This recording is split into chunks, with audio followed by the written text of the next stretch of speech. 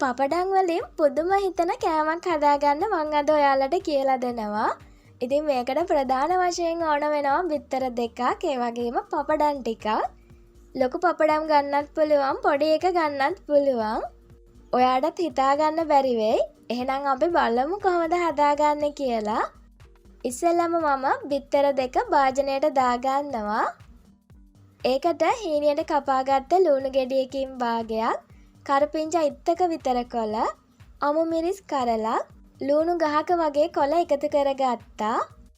ලුණු කුඩු තේ හැඳි 4න් එකක්, කහ කුඩු තේ හැඳි 8න් එකක්, ගම්මිරිස් කුඩු තේ හැඳි භාගයක් එකතු කරගන්නවා. කලවම් කරගන්න.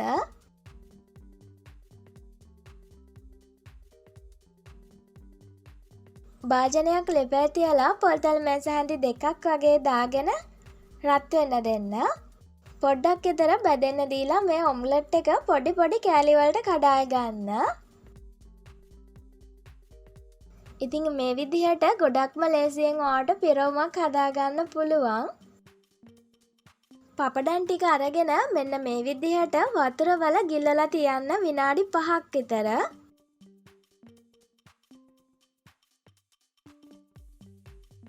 සේරම ටික එක උඩ එක දාලා ගිල්ලලා තියන්න.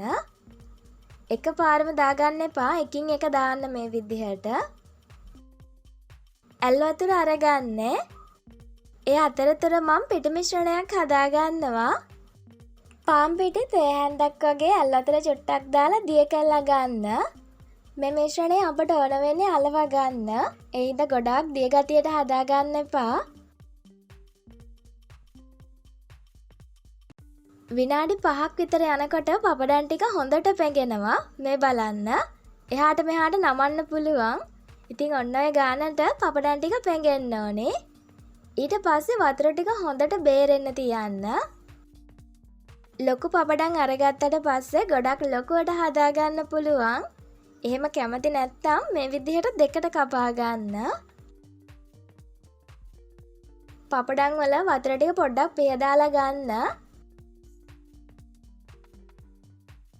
ඊට පස්සේ අර හදාගත්ත පිරවුමෙන් පොඩි ප්‍රමාණයක් මේ විදිහට මැද්දට තියාගන්න.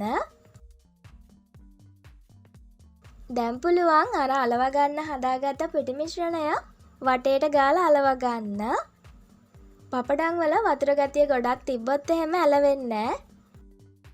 ඒ හින්දා වතුර තියනවා නම් හොඳට පිහදාලා ගන්න. අලව ගත්තට පස්සේ පුළුවන් තෙල් එකට දාලා වැද ගන්න. ගින්දර ටිකක් අඩු කරලා රන්වන් පාටක් එනකම්ම වැද ගන්න ඕනේ. පපඩම් ටික පොඟවලා ගත්ත හින්දා සාමාන්‍ය පපඩම් වගේ ඉක්මනට බැදෙන්නේ නැහැ. ටිකක් වෙලා යනවා.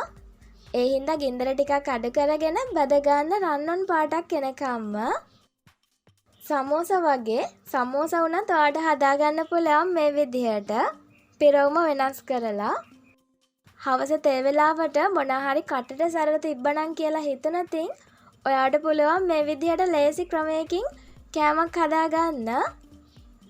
පිටි අනනා ඉන්න ඕනෙත් නෑ, වැඩි දඟලන්න ඕනෙත් නෑ. try කරලා බලන්න. ගිහින් එන්නම් ආයෙත් ඉක්මනින්ම හම්බ වෙමු ලෑස්ති රෙසිපි එකකින්. ඔයාලට සුබ දවසක්.